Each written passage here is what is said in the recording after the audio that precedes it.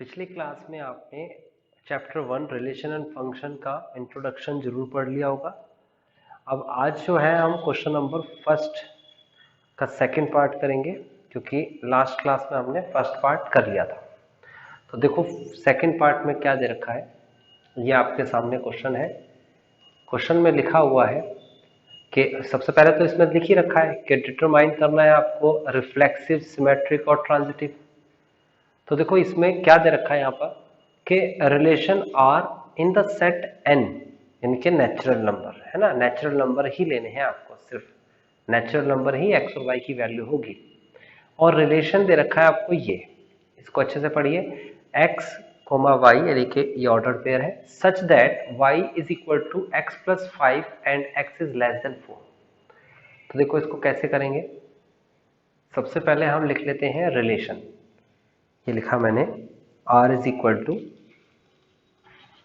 और r is equal to हो जाएगा मेरे पास x comma y such that y is equal to x plus 5 and x less than 5।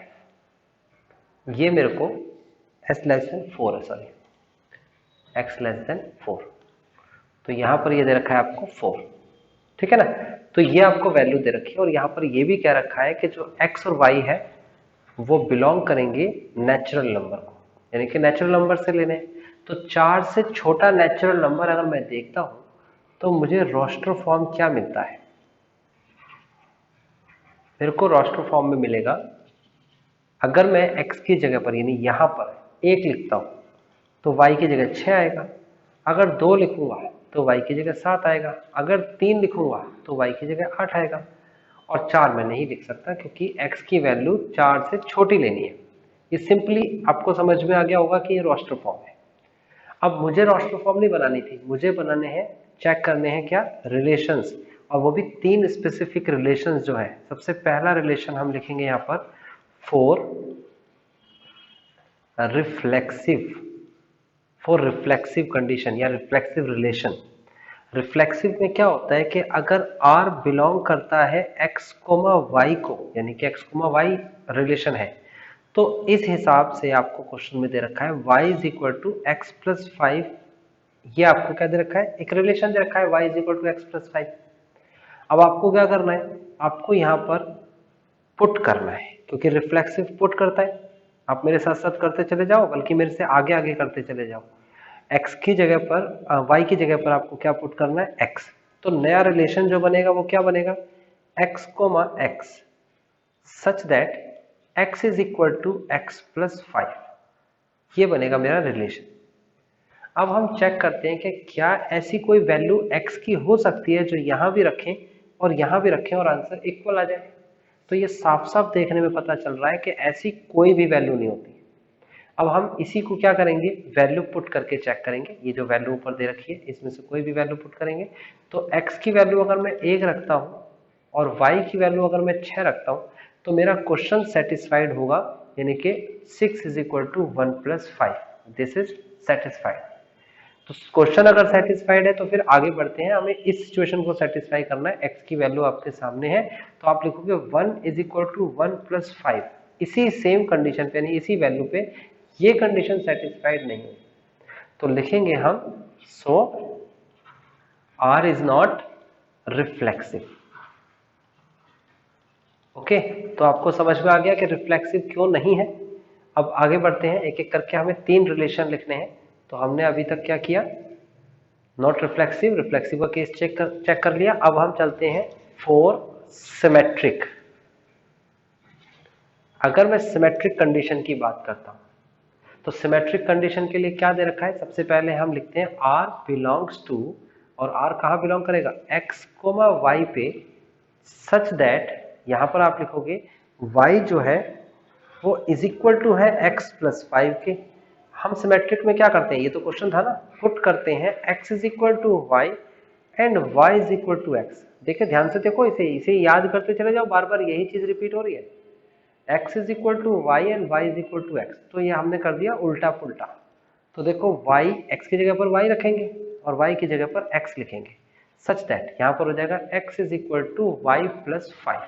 Okay, यहाँ तक की बात समझ में आ गई। लेकिन ये देखने से समझ नहीं आ रहा कि भाई ये कंडीशन तो क्वेश्चन है और ये कंडीशन हमारी जो हमने अभी निकाली है, ये सिचुएशन ये आई है। अब कैसे पता चले कि ये इक्वल है कि नहीं है, देखने से तो पता नहीं चल रहा। तो इसके लिए हम कोई वैल्यू रख के चेक करेंगे। तो वैल्यू रख के कैसे चेक करेंगे, हमारे पास ऊपर वैल्यू तो थी, हमने अगर x की जगह पर 1 रखा है तो y की जगह पर हमारा आया था कितना, 6 आया था। देख सकते हो यहाँ पर ये आएगा आपके पास 6 इज इक्वल टू 1 प्लस 5, ये सेटिस्फाई होगा। हमने ऐसी कंडीशन लिखनी है क्योंकि इसने कहा था x की वैल्यू 1 2 3 कुछ भी रख सकते हो, मैंने 1 रख दिया, आप 2 और 3 भी यूज कर सकते हो। अब x की वैल्यू है, y की वैल्यू है, इसमें चेक करके देखते हैं। देखो यहाँ पर चेक करता हूँ, x की जगह पर मैं लिखता हूँ 1 और y की जगह लिखता हूँ 6, तो क्या ये दोनों इक्वल है? बिल्कुल इक्वल नहीं है, साफ साफ दिख रहा है इक्वल नहीं है। अगर ये इक्वल नहीं है तो हम लिखेंगे सो नॉट सिमेट्रिक। बहुत सिंपल है, इसको आप ऐसे ही करते चले जाओ और जब मैं करा रहा हूं तो मेरे साथ साथ करते चले जाओगे तो आपको समझ में आता जाएगा। अगर नहीं साथ साथ कर रहे हो तो मेरे से आगे आगे करो। अगर इस क्वेश्चन में समझ नहीं आया तो अगले क्वेश्चन में भी मैं सेम वैल्यू लिखने वाला हूँ, उससे अगले में भी मैं सेम वैल्यू लिखने वाला हूँ, ठीक है ना। तो सब में वैल्यू सेम ही लिखने वाला हूँ मैं। यहाँ पर लिख रहा हूँ for transitive condition, transitive cases या कंडीशन। तो ट्रांजिटिव केस क्या कहता है, पहले हम लिखेंगे r belongs to x, y। अगर x, y को बिलोंग करता है ऑर्डर्ड पेयर को, तो कैसे बिलोंग करेगा, यहाँ क्वेश्चन में दे रखा है relation y is equal to x plus 5। Okay, now इसमें पुट करते हैं x is equal to y and y is equal to the another value z। तो हम यहाँ पर लिखेंगे r belongs to yz such that y की जगह पर आ जाएगा आपके पास z, है ना, x की जगह पर y और y की जगह पर z, ये हो जाएगा। अब चेक करते हैं, अगर कोई वैल्यू पुट करना है आपको तो पुट करेंगे आप x is equal to 1 then y is equal to 6 हो जाएगा। तो 6 इज इक्वल टू, ये आप लिखेंगे यहाँ पर 6 इज इक्वल टू 1 प्लस 5। ये कहाँ से आया है, ये मैंने यहाँ से वैल्यू लिखी है, इस तरफ से ये वैल्यू जो है ये यहाँ लिख दी मैंने, ठीक है ना। y की जगह पर 6 लिखा, x की जगह 1 लिखा, ये सेटिस्फाइड है, बिल्कुल क्वेश्चन तो सेटिस्फाइड होगा। अब हमने z की अपनी मर्जी से ऐसी कोई वैल्यू लिखनी है ताकि ये सेटिस्फाई हो जाए। तो चेक करते हैं, y की जगह पर क्या लिखा हुआ है, 6 लिखा हुआ है। अगर मैं 6 में 5 को ऐड करूंगा तो आंसर तो 11 ही आएगा ना। तो बिल्कुल क्लियर हो गया यहाँ से ये कि यहाँ पर z की वैल्यू जो है वो क्या आएगी आपके पास, z की वैल्यू 11, z की वैल्यू 11। और z की लोकेशन कहाँ है वो चेक करते हैं। देखो ये है आपके पास y, ये है आपके पास z। तो इसने कहा था कि जो y है वो इस समय क्या दिख रहा है आपको, डोमेन दिख रहा है, और यहाँ z क्या है, z दिख रहा है रेंज। याद रखना, आगे वाला डोमेन पीछे वाला रेंज। अब हम इसके क्वेश्चन के पास चलते हैं। इसके अकॉर्डिंग ये था कि आगे वाली संख्या डोमेन है, देखो ये डोमेन है, और पीछे वाली संख्या रेंज है। तो इसने कहा था कि जो डोमेन है ना वो 4 से छोटा होना चाहिए। डोमेन हमेशा 4 से छोटा होगा, ऐसे इसने खुद बोला है। और x और y यानी कि डोमेन और रेंज जो है वो नेचुरल नंबर होने चाहिए। तो जो आगे लोकेशन है वो क्या है, डोमेन। अब हम अपने क्वेश्चन की बात जब देखते हैं, इस पे आ जाते हैं, तो हमें आगे वाला लोकेशन पे इस समय y दिख रहा है, लेकिन y तो डोमेन है ना, और डोमेन जो है वो 4 से छोटा होना चाहिए। बट यहाँ जब हम यूटिलाइज कर रहे हैं, यहाँ तो ठीक है, y यहाँ पर डोमेन नहीं है, डोमेन है यहाँ पर x और रेंज है यहाँ पर y, यहाँ तो ठीक है। लेकिन दूसरी सिचुएशन में हम ये रख ही नहीं सकते, यानी कि अगर ये रख देंगे तो हम अपनी मर्जी से एक नई सिचुएशन क्रिएट कर देंगे जो कि पॉसिबल ही नहीं है। इसका ये भी मतलब हुआ कि ये जो वैल्यू है, ये वाली वैल्यू, यानी कि ये जो कंडीशन है दूसरी वाली कंडीशन जिसमें हम z को इंट्रोड्यूस करते हैं, z एक ऐसी वैल्यू ली जाती है जिससे कि ये सिचुएशन सेटिस्फाई हो, बट ये सेटिस्फाई ही नहीं हो रही।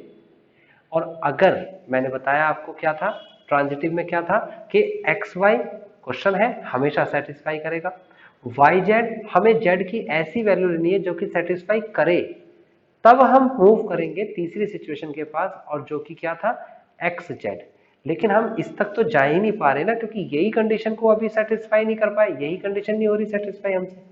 तो अगर सेकंड कंडीशन सेटिस्फाई ही नहीं हो पा रही, यानी कि जेड ऐसा कुछ मिल ही नहीं पा रहा, और रीजन क्या है नहीं मिल पा रहा, क्योंकि वाई की वैल्यू 4 से छोटी इन्होंने रिस्ट्रिक्ट कर दी और वो हम नहीं ले सकते। तो ध्यान से सुनिएगा कि अगर सेकंड वैल्यू सेटिस्फाई ही ना हो पाए ट्रांजिटिव में, तो इस केस में हम तीसरे तक पहुंचे ही नहीं। और तीसरे तक पहुंचे ही नहीं तो हम जज ही नहीं कर पाएंगे कि ट्रांजिटिव है या नहीं है। तो इस केस में हम इसे बोलेंगे सो आर इज ट्रांजिटिव। ट्रांजिटिव यानी कि अगर सेकंड कंडीशन नहीं बनी तब भी आर ट्रांजिटिव हो जाता है, और अगर सेकंड कंडीशन बन गई तब हम नेक्स्ट के पास जाएंगे, थर्ड को चेक करेंगे, मे बी वो इक्वल होगी, मे बी वो इक्वल नहीं होगी, तब पता लगेगा ट्रांजिटिव और नॉट ट्रांजिटिव। लेकिन अगर सेकंड ही सेटिस्फाई नहीं हुई तो ये ट्रांजिटिव होगा हमेशा। तो इस क्वेश्चन के अंदर सेकंड पार्ट के अंदर ये रिफ्लेक्सिव नहीं है, सिमेट्रिक नहीं है, बट ट्रांजिटिव है। ओके, नेक्स्ट पे चलते हैं। नेक्स्ट क्वेश्चन हमारा क्या कहता है, देखो ये क्वेश्चन नंबर फर्स्ट का थर्ड पार्ट है। ओके, तो पहले देख लेते हैं क्या क्वेश्चन है। क्वेश्चन हमारे सामने ये है, थर्ड पार्ट कहता है आर जो है एक रिलेशन को डिफाइन कर रहा है और ए की वैल्यू दे रखी है 1 2 3 4 5 6। ए की वैल्यू लिखने का मतलब कि एक्स भी बिलोंग करेगा ए से एंड वाई भी बिलोंग करेगा ए से, मतलब ए से बाहर संख्या में से एक्स और वाई नहीं लेना, ये मतलब हुआ। यहाँ कहता है R relation is equal to x y, x comma y, यानी कि for all value of x y, सभी वैल्यू के लिए, such that y is divisible by x. Y जो है वो डिविजिबल हो रहा है, किससे हो रहा है, एक्स से डिविजिबल हो रहा है। तो पहले तो मैंने आर को लिख लेना है x comma y such that y is divisible by x.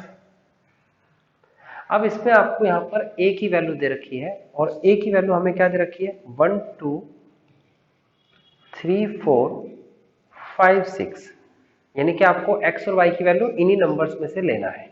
और y इज डिविजिबल बाय 6 को अगर हम इजीली हम देखें, इजी बनाए, तो इसका मतलब ये कह रहा है कि y को जो है अगर हम x से डिवाइड करें तो वो कंप्लीटली डिवाइड हो जाता है, पूरा पूरा, कोई डेसिमल नहीं बचता।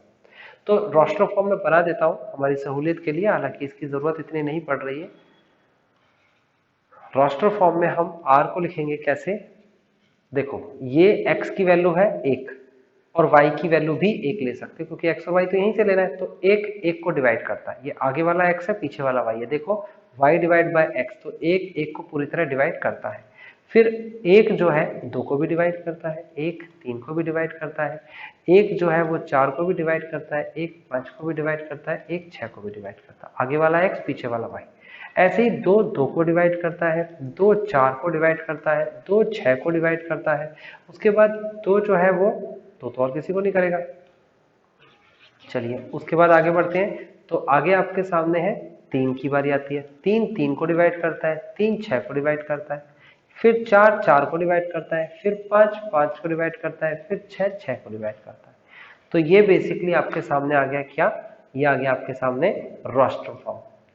अब हमें चेक करना है कि क्या ये रिफ्लेक्सिव है। तो देखो एक तरीका तो ये भी हो सकता है रिफ्लेक्सिव का। रिफ्लेक्सिव में क्या होता है, y की जगह पर x लिख देते हैं, यानी कि x x हो जाएगा, यानी सेम संख्या। तो देखो सेम संख्या है, हाँ ये 1 1 है, 2 2 है, 3 3 है, 4 4 है, 5 5 है, 6 6 है। भाई 6 ही नंबर थे और सारे के सारी कंडीशन सेटिस्फाई कर रही है, तो इसका मतलब ये रिफ्लेक्सिव है।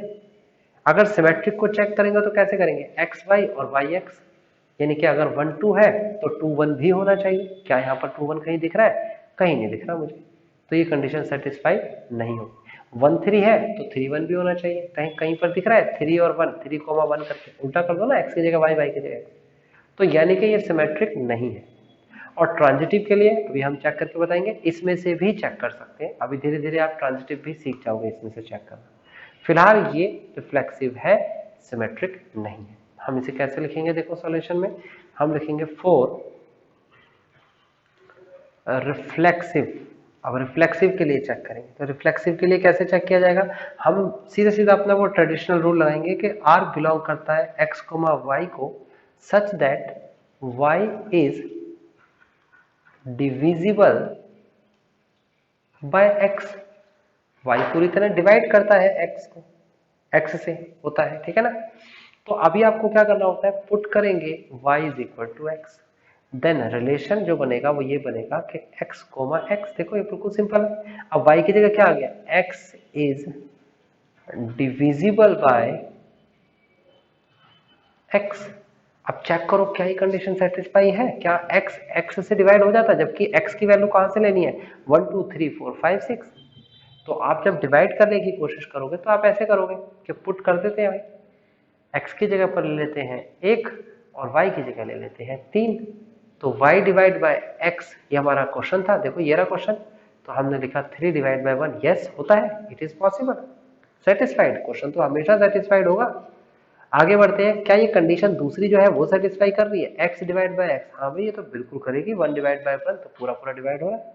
लिखेंगे so R is reflexive.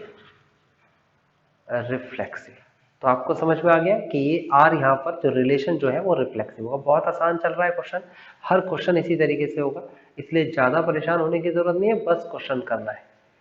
For symmetric, for symmetric, अब सिमेट्रिक के लिए क्या करते हैं भाई, R belongs to x, y such that, यहां पर आपको क्या करना है, x और y के साथ पहले से क्वेश्चन को लिखते हैं, y is divisible by x, okay, और हमने वैल्यूज भी रख दिए। उसके बाद हम पुट करते हैं x की जगह पर y एंड y की जगह पर x, पुट कर लेते हैं जी। क्या बचेगा अगर पुट करेंगे तो, ये कंडीशन हो जाएगी हमारे पास R बिलोंग्स टू y, यानी कि रिलेशन जो है yx हो जाएगा, है ना, उल्टा पुल्टा हो जाएगा ना, एक दूसरे की जगह पलट जाएगा। तो y की जगह हो जाएगा x इज डिविजिबल बाय 5। अब चेक करें कि यार ये कैसे होगा, पता करते हैं। तो हम पुट करेंगे वही अपना पुराना ट्रेडिशनल रूल, कोई भी वैल्यू ले सकते हो, x की जगह 1 ले लो और y की जगह पर ले लो, डिफरेंट वैल्यू लेनी है, बस याद रखना x और y सेम नहीं लेनी है। अगर यहाँ पर भी 1 लिया, यहाँ पर भी 1 लिया तो फायदा नहीं क्वेश्चन, क्योंकि वो डिफरेंट थोड़ी है, हमें डिफरेंट वैल्यू लेनी पड़ेगी, डिफरेंट इमेजेस। तो y divide by x satisfy है, हाँ बिल्कुल सेटिस्फाइड है, ये तो बिल्कुल मैं भी कहूंगा। लेकिन जब इसको उल्टा कर रहे हैं, यानी कि x डिवाइड बाय y, तो क्या सेटिस्फाइड है, नहीं जी ये सेटिस्फाई नहीं है जी, पूरी तरह का डिवाइड हो रहा है 1/3, ये तो डेसिमल ले आएगा। तो लिखेंगे so R is not symmetric, R जो है वो सिमेट्रिक नहीं है। तीसरी कंडीशन के पास चलते हैं और लिखेंगे हम फॉर ट्रांजिटिव, फॉर ट्रांजिटिव। तो ट्रांजिटिव के लिए हम क्या करना चाहते हैं, सबसे पहले हम वही पुराना प्रोसेस अपनाएंगे, relation is belongs to x, y such that y is divisible by x। तो हम पुट करेंगे x is equal to y and y is equal to x। हम पुट करते हैं, सिंपल पुट कराए, x की जगह y और y की जगह x। एक y की जगह x नहीं होता भैया, y की जगह z होता है, x is equal to y and y is equal to z, यही तो है ट्रांजिटिव का कॉन्सेप्ट। तो यहाँ पर r क्या हो जाएगा, नया जो r बनेगा रिलेशन, यहाँ x की जगह y और y की जगह z हो जाएगा। तो ये बन जाएगा आपके पास, y की जगह क्या लिखा है, z is divisible bye y। अब चेक करते हैं भाई क्या ये इससे डिविजिबल है, तो इसके लिए संख्या ही बता पाएगी। तो चलो चेक करते हैं। तो x की जगह पर 1 लिखेंगे और y की जगह पर 3 लिखेंगे, वही पुराना क्वेश्चन का एग्जांपल ले रहा हूँ। y डिवाइड बाय x, हाँ जी बिल्कुल होता है 3 divide by 1, yes I agree, यानी क्वेश्चन इज सेटिस्फाइड। उसके बाद मुझे z की ऐसी कोई वैल्यू रखनी है जो इस कंडीशन को फर्दर यानी आगे बढ़ाए। तो हमने क्या करना है, वो कह रहा है, ये कह रहा है z डिवाइड बाय y, तो z डिवाइड बाय y। अब y क्या दे रखा है भाई, y की वैल्यू तो 3 है, तो z की वैल्यू रख लेते हैं 6। कोई बहुत बड़ा काम थोड़ी है, 6 रख लो, 6 तो हमारे क्वेश्चन में है। ये देखो ये रहा हमारे पास 6, और ये देखो ये अगर मैं देखूंगा तो 6 डिवाइड भी कर रहा है 3 को, देखो ये रहा 3 की वैल्यू x और y की वैल्यू 6, 6 डिवाइड बाय 3, यस कर रहा है। अगर ये 6 होता ही नहीं क्वेश्चन में, तब ये ट्रांजिटिव होता, क्यों, क्योंकि कंडीशन सेकंड वाली फेल हो जाती है। अभी फिलहाल ये पास हो गई, सेकंड कंडीशन पास हो गई, यस ऐसा हो सकता है, इट इज पॉसिबल। अगर पास हो गई देन आपको अगले पर जाना है। तो अगला क्या है, R for the relation belongs to x, y such that, और उसके बाद क्या करेंगे, x, y नहीं सॉरी क्या कहा था, x, z। हमें क्या चेक करना है, x, z। तो देखो मैं फिर से रिपीट कर रहा हूं, x, y हमारा क्वेश्चन होता है, y, z हमने एक नई संख्या लेकर एक कंडीशन बनाई होती है जो सेटिस्फाई करानी ही है, z की ऐसी वैल्यू रखोगे वो कर ही जाए। फिर चेक करना है x और z के लिए, तो x, z आपके सामने है, और एक्स जेड के लिए हम क्या चेक करेंगे, मैं यही लिख के दिखाता हूँ। ये हमने एक्स कहाँ पर लिखा है, एक्स तो एक्स की जगह था। देखो हमारा जो बेसिक क्वेश्चन था उसमें एक्स की जगह एक्स है, बस वाई की जगह पर नया आ गया जेड। तो वाई की जगह पर क्या लिखेंगे हम यहाँ पर, Z is divisible by x, Z is divisible by x. अब चेक करें क्या ऐसा कुछ हो सकता है क्या। तो देखो जेड की वैल्यू क्या है 6 और एक्स की वैल्यू क्या है 1। तो जेड जो है वो डिवाइड हो रहा है, किससे डिवाइड हो रहा है, वो डिवाइड हो रहा है आपका एक्स से।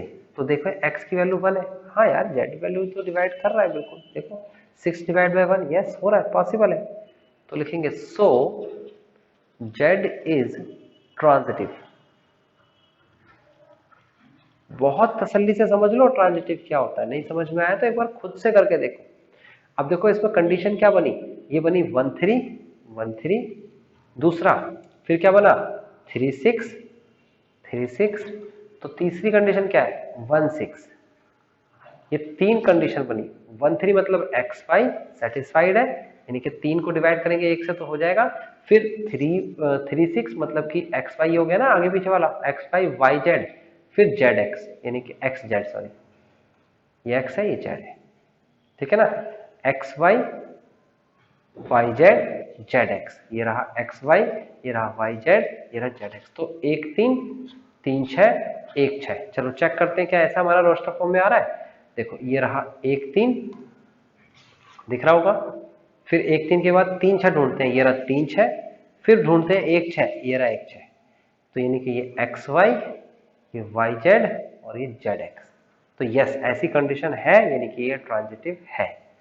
तो इस तरीके से हम इसे ट्रांजिटिव करेंगे, और ये कंडीशन ट्रांजिटिव भी है, रिफ्लेक्सिव भी है, बट क्या नहीं है, सिमेट्रिक नहीं है। अगर सिमेट्रिक भी हो जाती तो क्या बोलते हैं इसे, इक्विवेलेंट रिलेशन। फिलहाल अगले क्वेश्चन की तरफ चलते हैं। क्वेश्चन नंबर फर्स्ट का फोर्थ पार्ट है, और फोर्थ पार्ट में क्या दे रखा है, R is equal to x comma y such that, यहां दे रखा है x minus y is an integer.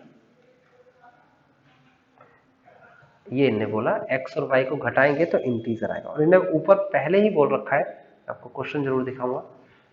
ये आपका क्वेश्चन है, आपको इसमें क्या दे रखा है, आर जो रिलेशन है इसमें सेट जेड से बना है बेटा, और जेड का मतलब होता है इंटीजर, है ना। तो यानी कि इंटीजर से बना है, और यहाँ पर ये कहता है कि आर जो है रिलेशन वो एक्स कोमा वाई को फॉलो करेगा, यानी कि for all value of x y x minus y is also integer, यानी कि दो इंटीजर में से घटाएंगे तो इंटीजर बनेगा। तो सबसे पहले तो स्टूडेंट्स को ये प्रॉब्लम होती है कि सर ये बताओ कि इंटीजर क्या है। तो सबसे पहले तो मैं ये बताने वाला हूँ इंटीजर क्या होता है। इंटीजर को हिंदी में पूर्णांक कहते हैं, मतलब पूरी संख्या। इंटीजर 1 हो सकता है, 2 हो सकता है, 3 हो सकता है, 4 हो सकता है, एंड सो ऑन टू कुछ भी हो सकता है। 0 भी हो सकता है, -1 भी हो सकता है, -2 भी हो सकता है, -3 भी हो सकता है, and so on to minus का इंफिनिटिव तक कुछ भी हो सकता है। बट कभी भी ये संख्या डेसिमल नहीं होगी, डेसिमल कभी नहीं हो सकती। इंटीजर कभी भी डेसिमल में या फ्रैक्शन में नहीं हो सकता, यानी कि दशमलव में ऐसे नहीं लिख सकते। तो इंटीजर आपको पता लग गया कि इंटीजर क्या होता है। अब इसने कहा x एक इंटीजर है, y एक इंटीजर है, तो अगर x में से y घटाएंगे तो इंटीजर आना चाहिए। देखो भाई, अगर x कोई बिना डेसिमल वाली संख्या है, सपोज कि x है 4 और y एक बिना डेसिमल संख्या है जैसे कि मान लो 6, अगर घटाएंगे x में से y तो भैया कभी भी डेसिमल तो नहीं आएगा। ये तो बिल्कुल क्लियर है कि x में से y घटाएंगे तो कभी भी डेसिमल यानी कि दशमलव की संख्या तो नहीं आ सकती। तो ये तो साफ साफ देखने से क्वेश्चन लग रहा है कि ये संख्या क्या होगी, रिफ्लेक्सिव भी होगी, सिमेट्रिक भी होगी, ट्रांजिटिव भी होगी। अब हम इसे लिख के दिखाएंगे। फॉर रिफ्लेक्सिव, रिफ्लेक्सिव में क्या करना है, हमें हमें लिखना है r belongs to x comma y. मैंने कहा बार बार एक ही चीज क्वेश्चन में रिपीट करूंगा, मैं यहां लिखूंगा x minus y is an integer. x में से y घटाएंगे तो इंटीजर आ रहा है। अब हम आगे करेंगे, हम पुट करेंगे इसमें y की जगह पर x। तो y की जगह x पुट करेंगे तो क्या बनेगा, ये हो जाएगा x कोमा x, है ना। सच दैट x में से x घटाएंगे तो भैया 0 आएगा, और 0 एक इंटीजर होता है। मैंने अभी बताया आपको इंटीजर क्या नहीं होता, जो डेसिमल्स में आता है। तो ये तो 0 है, 0 तो एक इंटीजर होता है। सो लिखेंगे so R is reflexive, R एक रिफ्लेक्सिव है। उसके बाद दूसरे के पास चलते हैं।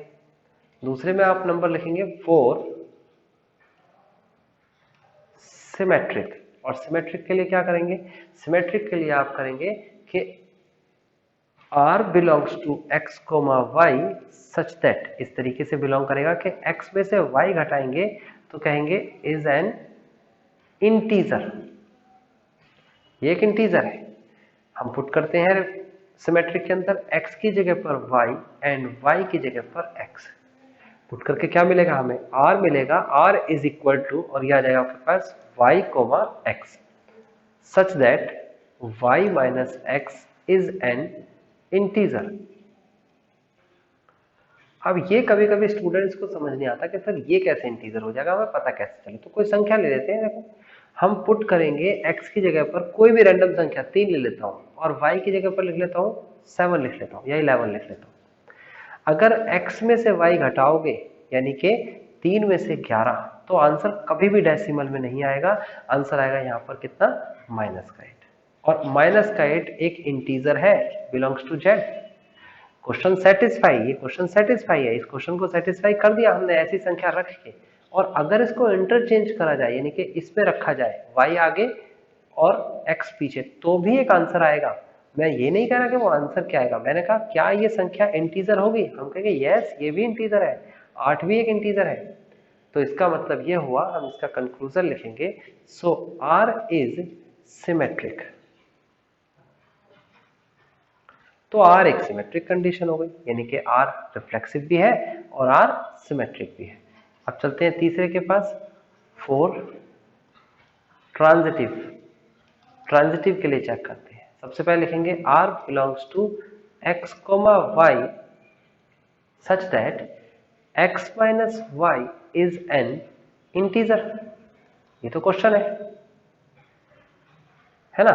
अब हमें क्या करना होता है भाई, ट्रांजिटिव में पुट करना होता है x की जगह पर y एंड y की जगह पर z। तो नई सिचुएशन क्या बनेगी, r belongs to y comma z such that y minus z is an integer. y में से z घटाएंगे तो क्या आएगा, वो एक इंटीजर बनेगा। ठीक है, x में से y घटाया तो एक इंटीजर बनेगा, y में से z घटाया तो भी एक इंटीजर बनना चाहिए, यानी z हमें अपनी तरफ से सेट करना है। चलो हम वैल्यू रख के देखते हैं, तभी बात समझ पाएगी। अगर मैंने x की जगह पर रख दिया 3 और y की जगह रख दिया 7, तो x में से y घटाएंगे, यानी दूसरे शब्दों में कहूँ 3 में से 7 घटाएंगे तो आंसर -4 आएगा, और -4 एक इंटीजर होता है। y की वैल्यू आ चुकी है। अब मैंने y की वैल्यू रखी है 7, तो z की वैल्यू कुछ भी रख लो, सपोज मैंने -2 रख दी, तो -2 रखी तो क्या हो जाएगा, y में से z घटाना है, y मतलब कि 7 और z मतलब -2। अगर मैं इसे घटाऊंगा संख्या को तो आंसर आएगा +9, और 9 इज ऑल्सो द इंटीजर, यानी कि जो x में से y घटाया तो वो इंटीजर है। क्वेश्चन सेटिस्फाई, यस ऐसा हो गया, हमने ऐसी संख्या ही ली है। फिर y में से z घटाया, वो भी एक इंटीजर है, यानी कि हमने ऐसी z की वैल्यू रख ली जो कि इंटीजर है। अब आगे बढ़ते हैं, आगे हमें चेक करना है then R belongs to x, z। याद रखना ये बहुत इंपॉर्टेंट लाइन होती है कि आपको दो सेटिस्फाई होनी चाहिए। अगर z की ऐसी कोई केस ही ना मिल पाए, जैसे कि अभी एक क्वेश्चन आया था सेकंड पार्ट, तब उस केस में हम डायरेक्टली बोल देंगे सेकंड कंडीशन ही नहीं बन पा रही तो थर्ड वाली कंडीशन तो बनेगी नहीं, और थर्ड नहीं बनेगी तो उसे कहेंगे ट्रांजिटिव। यहाँ पर थर्ड बनी है तो चेक करेंगे, तो ये क्या हो जाएगा, x और z, x माइनस का z is an integer, is this और नॉट, चेक करते हैं। तो हमने क्या किया, हमने वही वैल्यू रखी, ये x की वैल्यू है, ये z की वैल्यू है, घटाना ही तो है x माइनस का z, तो घटा देते हैं, 3 माइनस का 2, आंसर आएगा 5, and 5 is belongs to z। Yes ये इंटीजर होता है। तो ये पता लगा, इससे हम लिखेंगे so R is transitive too, transitive भी है ये,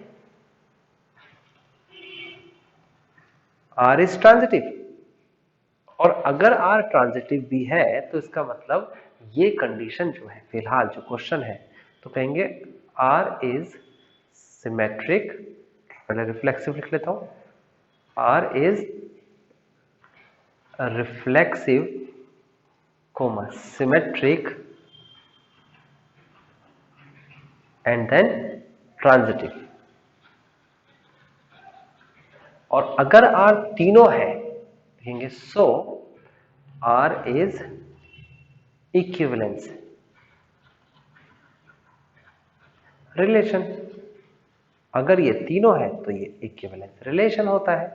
तो बात समझ में आ गई आपको कि इक्विवेलेंस रिलेशन इसमें नहीं पूछा है फर्स्ट क्वेश्चन में, बट अगर तीनों ही होते हैं, ये भी है, ये भी है, ये भी है, ऐसा कोई रिलेशन, तो उसे हम इक्विवेलेंस रिलेशन कहते हैं। ठीक है, अब चलते हैं हम अगले क्वेश्चन की तरफ। अगला क्वेश्चन हमसे क्या कहता है, देखो क्वेश्चन नंबर हमारे पास फर्स्ट का 5th पार्ट है। 5th पार्ट में हमसे क्या कहा गया है, चेक करते हैं। देखो पढ़िए, कहता है आपसे 5th पार्ट के अंदर कि रिलेशन R जो है, ये जो रिलेशन R जो दे रखा है आपको, ये रहा है ना, कहता है in a set A of human beings, यानी कि जो सेट ए के अंदर जो रिलेशन बनेगा वो ह्यूमन बीइंग्स है, यानी कि कुछ लोग हैं जो कि टाउन में रहते हैं। कहता है एट अ पार्टिकुलर टाइम, एक पार्टिकुलर टाइम पर गिवन बाय, और ये आपको पहला रिलेशन दे रखा है। क्या कहता है, x and y work at the same place. ऐसा ऑर्डर्ड पेयर बनाना है कि वो एक ही प्लेस पर काम करते हैं, ये बताना है। तो ये तो मैं वर्बली बता दूंगा, और इसका 1 नंबर का क्वेश्चन कभी बने तो आप इसका वर्बली जवाब देंगे। जैसे कि पहले वाले की बात कर लेते हैं, चलो यही मैं बता रहा हूं मैं कि एक ये ऐसा है प्लेस जहां पर एक्स और वाई दोनों जने एक ही प्लेस पर काम करते हैं। देखो अगर एक ही प्लेस पर काम करते हैं तो रिफ्लेक्सिव क्या कहता है, रिफ्लेक्सिव कहता है वाई की जगह पर आपको एक्स लिखना है, वाई की जगह पर क्या लिखना है, और इस बात को, इस स्टेटमेंट को दोबारा पढ़ना है। तो दोबारा पढ़ूंगा तो क्या होगा, एक्स तो अपनी जगह सेम काम करता ही है, और वाई की जगह एक्स बोला गया तो एक्स भी अपनी जगह काम करता है। तो बेसिकली मैं तो सही बात बोल रहा हूँ ना, एक्स तो अपनी ही जगह काम करेगा, एक ही प्लेस पर काम करेगा, यानी ये कंडीशन रिफ्लेक्सिव, यानी कि अगर मैं एक ही बात करूं तो reflexive, yes it is reflexive.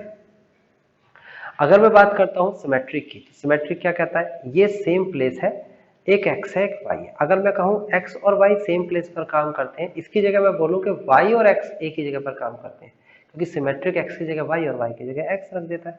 तो बिल्कुल सही बात बोल रहा हूं, प्लेस तो एक ही रहेगा, कंडीशन भी सारी सेम रहेगी, तो इसका मतलब इस यहाँ पर सिमेट्रिक, यस सिमेट्रिक भी है। अब ट्रांजिटिव की बात कर लेते हैं। अगर मैंने कहा, इसका एग्जांपल यहाँ लिख रहा हूँ कि अगर एक ही जगह पर सेम प्लेस पर अगर वर्क करते हैं एक्स और वाई, ये रहा एक्स ये रहा वाई, दोनों एक ही जगह पर काम करते हैं, और एक व्यक्ति जेड है, एक्स और वाई एक ही जगह पर काम करते हैं। दूसरी बार मैंने बोला कि वाई और जेड एक ही जगह पर काम करते हैं, तो क्या एक्स और जेड भी एक ही जगह काम करेंगे? अरे हाँ भाई बिल्कुल करेंगे। अगर एक्स और वाई एक ही जगह पर काम करते हैं, वाई जेड उसी सेम प्लेस पर काम करते हैं, तो एक्स जेड भी सेम प्लेस पर ही काम करेंगे। ये बात आपको बिल्कुल समझ में आ रही होगी। तो इसका ये भी अर्थ हो गया कि तीसरी कंडीशन यानी कि ट्रांजिटिव भी सेटिस्फाई हो गई।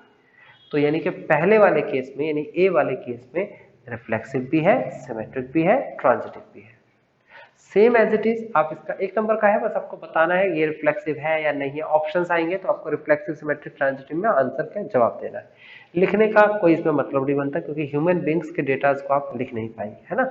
उसके बाद आगे कहता है x and y live in the same locality. Same question हो गया, ये एक ही लोकेलिटी में रहते हैं, तो एक्स और वाई रहते हैं तो एक्स और एक्स भी रहते होंगे, वाई और एक्स भी रहते होंगे, एक्स वाई रहते हैं, वाई जेड रहता है, तो एक्स और जेड भी रहता होगा। तो ये तीनों केसेस सेटिस्फाइड है, इसका मतलब ये भी इक्विवेलेंस रिलेशन की तरफ ही अप्रोच कर रहा है, यानी कि ये भी रिफ्लेक्सिव, सिमेट्रिक और ट्रांजिटिव है। दूसरा वाला केस भी हो गया। तीसरे केस की बात कर लेते हैं। कहता है x is exactly 7 centimetre taller than y. X जो है वो एग्जैक्टली 7 सेंटीमीटर लंबा है वाई से। देखो मैं आपको बता देता हूं इसे किस तरीके से किया जाएगा। ये मेरे पास एक व्यक्ति है, ह्यूमन बीइंग, एक दूसरा व्यक्ति है ये, ठीक है। पहला वाला जो व्यक्ति है वो 7 सेंटीमीटर, एक्स जो है 7 सेंटीमीटर लंबा है दूसरे वाले व्यक्ति से। देख सकते हो हाइट पहले वाले की लंबी दिख रही है, और कितनी लंबी दिख रही है, जरा सी लंबी है, कितनी लंबी, 7 सेंटीमीटर। अब मेरे को क्या करना है, चेक करना है क्या ये रिफ्लेक्सिव है। नहीं जी बिल्कुल रिफ्लेक्सिव नहीं है। मैं अगर y की जगह पर x रख दूंगा तो कोई अपने आप का ही 7 सेंटीमीटर लंबा कैसे हो सकता है? अगर मैं इसकी इक्वेशन बनाऊं तो इक्वेशन कुछ ऐसे बनेगी कि x is equal to y plus 7 centimetre है, ये दोनों इक्वल हो गए। तो अगर मैं y की जगह पर x लिख दूं तो कभी भी इक्वल नहीं हो सकता, ये कोई अपने आप का ही 7 सेंटीमीटर लंबा नहीं हो सकता।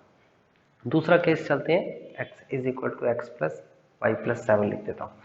दूसरे केस में क्या करना है, x की जगह y और y की जगह x रख देना है, यानी कि उल्टा पुल्टा कर देना है। तो उसमें चेक करके देखते हैं कि अगर x यानी कि ये x बड़ा है 7 सेंटीमीटर y से, तो क्या हो सकता है कभी ऐसा कि y बड़ा हो जाए 7 सेंटीमीटर x से? नहीं हो सकता जी, बिल्कुल नहीं हो सकता। 7 सेंटीमीटर छोटा जरूर हो सकता है ये, लेकिन बड़ा तो कभी नहीं हो सकता दूसरा वाला व्यक्ति y।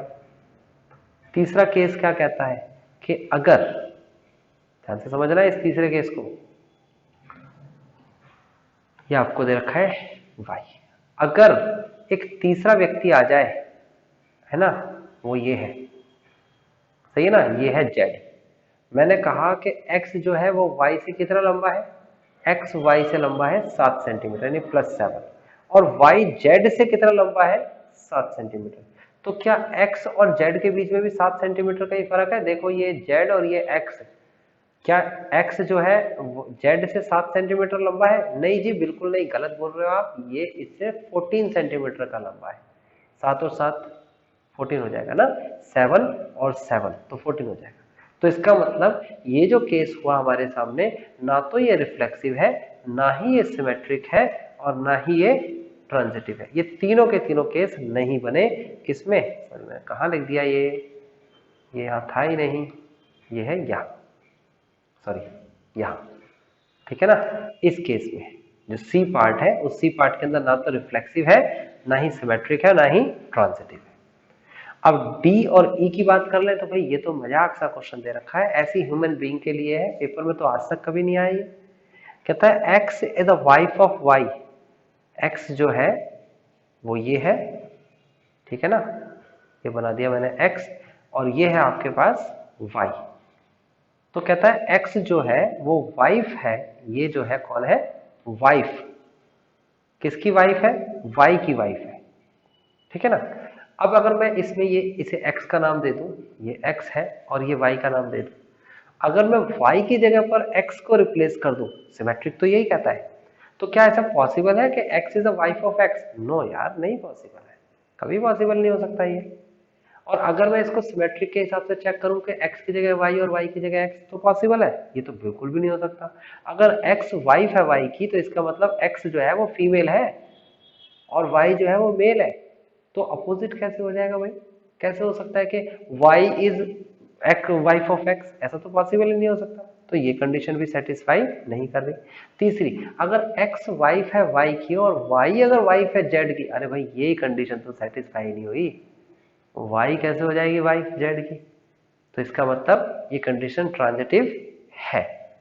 ट्रांजिटिव कब होती है? जब एक कंडीशन सेटिस्फाई नहीं होती, पहली ही कंडीशन सेटिस्फाई हो रही है, दूसरी कंडीशन सेटिस्फाई नहीं हो रही है। तो अगर दूसरी कंडीशन सेटिस्फाई नहीं है तो उस कंडीशन को हम क्या बोलते हैं? उस कंडीशन को बोलेंगे हम दिस इज ट्रांजिटिव। समझ में आ गया आपको? सी वाले केस में अगर मैं बात करता हूं तो ये सी वाला नहीं, डी वाला, तो डी वाले केस में अगर मैं बात करता हूं तो ये कंडीशन ट्रांजिटिव हो सकती है। लेकिन अगर मैं आगे की बात करता हूं तो x is the father of y, अरे भैया y की जगह x रखेंगे तो कभी नहीं हो सकता पॉसिबल। अगर इसको आगे देखें कि इंटरचेंज कर दें तो कभी नहीं हो सकता। यार ये इसका फादर है x, y कैसे फादर हो जाएगा? हाँ, वो मजाक मजाक में कह सकता है कि y is the father of x, ठीक है, ओके। कई बाप कह देते हैं अपने बेटे को तो मेरा बाप बन रहा है, लेकिन कहने से वो बायोलॉजिकली फादर थोड़ी हो जाएगा। और सिमेट्रिक तो रिफ्लेक्सिव नहीं, सिमेट्रिक नहीं, और ट्रांजिटिव भी ये कभी नहीं हो सकता। x is the father of y, y is the father of z, तो इसका मतलब x is the father of z, no, ये कभी पॉसिबल नहीं हो सकता, इट इज नॉट पॉसिबल। तो फर्स्ट क्वेश्चन के सारे पार्ट डिटेल में आपको समझने थे, आपको मैंने बता दिए। इसी तरीके से आपको आगे के क्वेश्चंस भी करने हैं, ठीक है ना।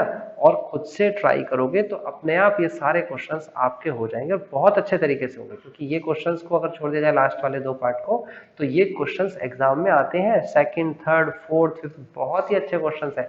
और फिर उसके बाद ये पूरी एक्सरसाइज है आपके सामने, ये पूरी ये कितने क्वेश्चंस है? 16 क्वेश्चंस है और सारे बहुत अच्छे क्वेश्चंस हैं। तो मैंने आपको ये क्वेश्चंस बताए हैं, आपने ये समझ लिए होंगे। अगर ये समझ लिए हैं तो बाकी ये क्वेश्चंस भी आप ट्राई करोगे पहले, फिर मैं नेक्स्ट क्लास में इसको बताऊंगा किस तरीके से करना है। ठीक है।